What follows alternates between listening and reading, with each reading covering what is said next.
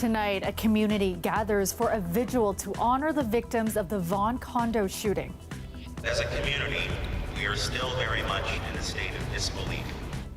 Family members of the victims joined by politicians and community members to remember the 5 lives lost in the senseless act of violence. Plus, have that meaningful conversation with your children. Don't just assume that nothing is up. a plea from Toronto police as the case of 8 teenage girls charged in the swarming and stabbing death of a man continues to send shockwaves through the city. And this project focused on organized criminal groups responsible for the increasing number of car thefts across the Greater Toronto Area. Dozens of people are arrested as police recover more than 200 stolen vehicles worth over $17 million in a months-long investigation dubbed Project Touchdown. Good evening, I'm Kelda Yoon. A candlelit vigil took place tonight for those killed in Sunday's mass shooting at a Vaughan condo building. Politicians and community members joining members of the victims' families to honor the lives of the 5 people killed in the rampage. Dale Manukduk was there. I have to be honest, I'm not sure that any one of us has the words that can adequately convey exactly how devastated and heartbroken we are as a community for all of you. Mayor of Vaughan, Stephen Del Duca, addressing members of the victims' families. In a show of community support, more than 150 people gathered at City Hall to grieve alongside them. Very tragic. The families must be devastated, to find out that something like this happened to them. And we just wanted to show a sign of support. I know we all feel rather devastated. From provincial politicians like Stephen Lecce, whose family lived in the building at one point. I think about this Christmas while we are sitting down with our loved ones. We got to think about those that just don't have them at the table any longer. To residents who still live there now. We're used to getting on an elevator and saying, good morning, how are you, have a great day, and right now it's just we just stare at each other. But we pray for everybody. Sunday's mass shooting impacted so many people. I came because these guys were my buddies, and I feel bad of what's happening. My family can only think about what would I have done if I was on the board and he was banging on my door. Don Grant used to serve on the condo board and knew the victims personally. Russell was on the board. He was a chartered accountant, took care of the financials for the building, and was an awesome guy. He really cared about the building. And Naveed was a realtor who had lived in the building since it was built. And the same thing, very caring guy. After speeches from community leaders, the victims' family members laid candles in honor of their loved ones. While the healing is just beginning, community residents and those also affected hope their support lets them know they are not alone. Dale Manukduk, CBC News, Vaughan. And we're hearing today from the family of the man accused in the shooting for the first time. Ali Chiasson has more now on what we're learning about Francesco Ville. Francesco Ville's 3 daughters say they've been estranged from him for more than 5 years. In a joint statement released through the Special Investigations Unit, they say, quote, Francesco Ville was a controlling and abusive husband and father. He has a history of domestic abuse with both the mothers of his children and his daughters. He had aggressive behavior and a Jekyll and Hyde type personality. Through many Facebook rants and court documents, we know 73-year-old Francesco Ville was locked in a contentious battle with his condo board about the electrical vault he lived above. He said, quote, electromagnetic rays were making him sick. He insisted that I need to see the room, his condo, and the electrical room to be able to judge how significant the issue is in his opinion. Vaughan City Councillor Mario Rocco wanted to do the right thing by his constituent, but found, as a judge did, his complaints weren't based in reality. I didn't hear any noise above what is considered normal. The councillor remembers Ville's rage. When I told him, unless you quiet down, unless you calm yourself, I will have to leave. I didn't come here to hear, who you don't like, basically. On Sunday, Francesco Ville sought out members of the condo board who were moving to evict him. He went to each of their units and shot the first person who answered. 3 were board members, 2 were their spouses. Even though the motive might be clear, the police aren't ruling anything out. The investigators are still working on it, still processing the evidence that they would have gathered from the scenes. We also don't know whether Francesco Villi was a registered gun owner or how he acquired it. I have no update on the gun. While the community grieves, one also wonders whether mental health intervention could have prevented the violence. It's something his relatives say they tried. Quote, his children tried to have some form of relationship through the years, and many offers of help were continuously denied, leaving them no choice but to cut off ties with him for their own health and well-being. Villi's daughters want no association to his crimes, but they do want the victims' families to know, quote, we are grieving for the families, and they are in our hearts. Ali Chiasson, CBC News, Vaughan. It's a crime that continues to send shockwaves through the city and beyond. 8 teenage girls charged with second-degree murder in the death of a 59-year-old man. The man was beaten and stabbed to death early Sunday morning in what police call a swarming attack. 3 of the suspects just 13 years old. And as Talia Ricci reports, that has police making a plea to parents tonight. I will remind all parents, if you're watching this or hearing my voice, have these conversations you have to have with your children. Even if they're at home, they may be on social media speaking to people, but you have to have the conversation and ask them what they're up to, because we don't want this to repeat. Police say they still have big questions to answer. How did these 8 teen girls find each other? And what led them to allegedly swarm and kill a 59-year-old man? They believe social media played a role. Where they live, their residences where they live, it would be uncommon for this group of 8 individuals to come together the way they did, unless there's some other group that they're involved with that we're not aware of. I can tell you that we have spoken with parents of all of these 8 individuals. As you can probably imagine, everyone was shocked, probably like being hit by a Mack truck. No one expects to get that phone call. Police say the victim was beaten and stabbed by the group, which included 3 13-year-olds, 3 14-year-olds, and 2 16-year-olds. All 8 have been charged with second-degree murder. Their identities are protected by the Youth Criminal Justice Act. 3 had prior contact with police. It's our belief that there was an attempt theft of something, likely a liquor bottle. I don't want to expand on that because we don't have all the moving parts right now, but we do believe that does form part of the narrative involved in this, yes. Experts describe the nature of the crime as shocking and rare. To be perfectly frank, I was extremely surprised. Just as very rare and very surprising to me as someone who's been studying issues around women in the criminal justice system for a very long time. This expert says it's likely the youth will undergo psychological assessments. They look at things like intellectual functioning. They're going to look at mental health issues. They're going to look at all sorts of things so that they can come up with a comprehensive understanding of a young person, which can help judges, when they're thinking about sentencing. Police are appealing to the public, if anyone saw this group or interacted with them, to contact them. All 8 were together. All 8 were involved. All 8 played a role. Someone else will decide to what level or degree, but we say all 8 of you chose to participate in this event, and as a result of that participation, someone is now dead. That meets the definition of second-degree murder. All 8 suspects are currently being detained and are set to appear in court on December 29th. Talia Ricci, CBC News, Toronto. There's another wave of flight delays and cancellations at some of Canada's busiest airports, including Pearson. It's all because of a winter storm hitting Vancouver. The online site for Vancouver International Airport showing a long list of delays and cancellations for WestJet and Air Canada flights. It's a fallout from what hit yesterday when 27 centimeters of snow left planes buried at the airport. The airport authority is calling the number of cancellations yesterday unprecedented. Almost every flight landing or taking off was either grounded or delayed. Tens of thousands of passengers were left stranded, some who say they have been stuck at the airport for days. And many of those flights won't be rescheduled until Christmas Eve. Let's go to Dahlia Ashry now with the first check on your forecast. And Dahlia, it's calm here in our city tonight, but we do know that a storm is making its way in.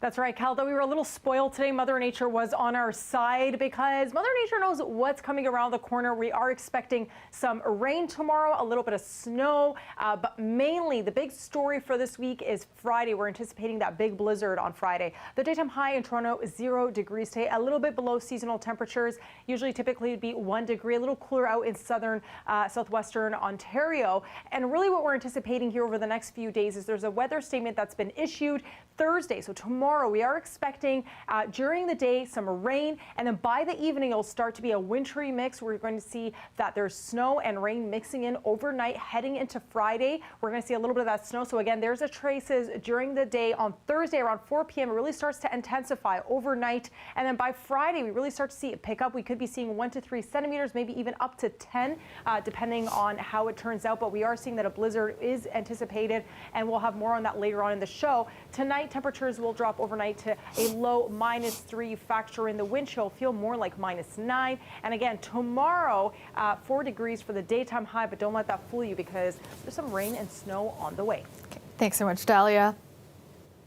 Toronto Police releasing an update today on the progress made this year by its Missing and Missed implementation team. The team was formed following an independent review last year that found serious flaws and systemic discrimination in past missing persons investigations. I'm really impressed with what the Toronto Police Service has been able to do and how quickly they've been able to turn, and the meaningful responses they've had to these recommendations. So it hasn't just been a matter of ticking the boxes and we're just going to proceed and go through all of these things. The engagement with the community has been really, really impressive. Since last year, Toronto Police have implemented 15 of the report's recommendations to improve missing persons investigations to better serve the communities involved. Another 100 recommendations are in progress and 36 have yet to be started. The team says its top priority is building trust with the city's marginalized communities. The initial report was first ordered in 2018 following the arrest of serial killer Bruce McArthur, who was found guilty of killing 8 men in Toronto's gay village. Well, several police forces in the GTA recently teamed up to tackle organized car theft. It's a growing problem with more and more cars being stolen every day right from the driveways of the owners. Greg Ross has more on what police have dubbed Project Touchdown. This video shows just how quickly car thieves can steal your car right from your own driveway. Using sophisticated technology, this man is actually copying information from a key fob that is supposedly safely inside the car owner's home. In just over 20 seconds, you can hear the sound of the car's engine starting. The thieves capture the key fob from within the signal from within your key fob from within your residence. It's relayed to a secondary device on a secondary thief that's out by your vehicle. Your vehicle then thinks that the key is actually beside the vehicle. It allows them to open the vehicle and start the vehicle. It's just one of the ways thieves are stealing high-end cars that are then shipped overseas to be sold for hundreds of thousands of dollars. Thanks to Project Touchdown, a collaboration between York, Peel, Halton, and Durham police, hundreds of those cars were recovered before they reached their destination. This project led to the arrests of 51 people and the recovery of 215 vehicles worth $17.4 million. But this is just the tip of the iceberg when it comes to these types of car thefts. Police say they are on the rise right across the GTA. In York Region alone, vehicle thefts have gone up more than 44% over last year. In Peel Region, on average, we are recovering approximately 6 stolen vehicles a day in 2022. We have recovered in 2022 $30 million worth of stolen vehicles, more than we did in 2021. And that translates into millions of dollars in profit going directly to organized crime. They use this illegally gained proceeds to fund and fuel other criminal activity. In addition to the vehicles, Project Touchdown led to the seizure of more than a dozen guns and ammunition, as well as thousands of dollars worth of drugs that were headed for the streets. We seized fentanyl, MDMA, cocaine, and oxycodone in this investigation. We also seized 15 handguns, 1 assault-style rifle, along with magazines and ammunition. Police say of the 51 people arrested as part of Project Touchdown, more than 80% of them were from the province of Quebec. Greg Ross, CBC News, Aurora. The latest Statistics Canada report shows the inflation rate dipped slightly last month from 6.9% in October to 6.8% in November. The modest drop is thanks almost exclusively to falling gas prices, but the cost of putting a roof over your head and food on the table continues to surge. Groceries prices jumped up 11.4% from a year earlier, while overall shelter costs are up 7.2% in the past year. Now, this is being blamed on higher interest rates and rising rent. Excluding food and energy, prices were up 5.4% on a yearly basis. Welcome back. There is a holiday buzz around Oriole Park, a junior public school in North Toronto. That's after every single student and staff member received a handmade card in the mail. Students all left wondering who could have sent them. Their identity has been totally anonymous until now. Meg Roberts has the story. Happy holidays, your friends at Oriole Park. So I got the balloons, and when I got this, it felt really, really good. I felt loved because I've never gotten any mail. I was so happy to open it because I have friends I don't know in Oriole Park. Whoever made this cared about me and wished me a Merry Christmas, and they didn't just do it to me, they did it to my siblings too. Maybe you can help us.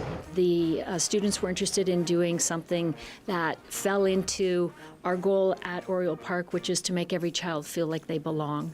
So there was this idea to send the cards to every student at the school. Every morning when I meet the kids, there was a buzz. It was like, did you get a letter? Did I get a letter? Yeah, did you open it? Who is it? And they were all trying to figure out who it is, and it's still a mystery today, which is an amazing thing. So, do you know at all who gave you this card? No, we don't know. All I know is they're very nice people. Would you like to know who gave it? I mean, I don't mind if they hide that, but yeah, I would like to know, to say thank you. And then hold them up so they can see them, but don't put them in front of your face. We want to see your smiling faces. We've been in some of the other classes, and I've been asking them if they have any clue who gave them these cards, and nobody knows. Nobody knows it's you. It was like we're not trying to make it about us. We're trying to make it about Oriole Park. Like it's not about us. This was a selfless. It was not for us to be happy. It's for other kids to be happy. What was it like making 300 of these cards? It was like an assembly, and we had like a process going on. Like for a snowflake, somebody would do one color, like green, and then somebody would do pink, somebody would do blue, somebody would dab it with water, and then we would let them dry. What does it make you feel like that you were able to give somebody that experience? It feels like there's a great flower of happiness that's blossoming up in me. And then it's like receiving 100 presents, except not just for you, for everyone. Very happy and excited, making other kids happy, and I love it. It was a wonderful experience for us as teachers as well, just to look at their motivation, their dedication. They got together. It didn't matter to them if they lost the recess or not. They were just there for those cards, and this idea that they are writing a card for everybody in the school. I would give up 100 recesses for that. 2, 3. Happy holidays! And you are looking at a live shot of the Toronto skyline, mostly clear tonight with some clouds moving in overnight. Currently, it is -1 in the city, but feeling more like -7. All right, let's go back to Dahlia now for a more detailed look at your forecast. And Dahlia, it's expected to get pretty treacherous out there the next couple of days. That's right, Kelda. Today was officially the first day of winter, and it felt nothing like it except for, the typical chilly day towards the end of December heading into the holidays. But really overall, fairly good. It's tomorrow where things are really going to start ramping up. We're going to see a little bit of mixture of rain and snow. The daytime high in Toronto today is 0 degrees, a little bit below seasonal temperatures. Typically today would have been 1 degree. A lot of southwestern Ontario, we're seeing that they're below that freezing mark. There is that weather statement issued, so we are expecting expecting that rain and snow starting to mix tomorrow. Really, it'll start slowly kick in by around 4 o'clock, which we'll take a closer look at here in just a bit. First, we'll take a look at the snowfall, what we're expecting, but 1 to 3 centimeter in Toronto, a little bit more in St. Catharines, up to 10 centimeter in Hamilton, up to 5. But again, it really depends on how much it's going to pick up by Friday, and it could be up to even 10 centimeters in Toronto, depending on how much the low pressure system and that Arctic air kicks in. So the precipitation is what we're seeing really here on Thursday, tomorrow. Around 4 o'clock is when we start seeing that rain and snow starting to mix in. So during the day, you might get some scattered showers. It's really around 4 o'clock that will start to pick up. By the evening, 8 o'clock, we see a little bit more of that mixture of rain and snow. So what does that mean? Treacherous road conditions. You really have to be careful. If you don't need to be out tomorrow night is the day to stay in, or the evening to stay in. And then Friday, as you see all that blue right there, what that means is it's snow. It's moving in from southern part of Ontario, pushing in through Toronto, and that will be carrying through up until Saturday. We'll see some flurries on Saturday, same thing on Sunday. As for tonight, temperatures will drop, but we're also going to see that it's going to be a windy night heading into Thursday. It'll slowly pick up windy. The winds will start to pick up. We're seeing up to 33 kilometers an hour on Thursday afternoon, and really will increase up to 80 kilometers an hour by Friday. Tonight, temperatures will drop to a low -3. And like I said, don't let that 4 degrees fool you, because it will feel much colder with that wind chill. And then by Christmas, it's anticipated that we might just have...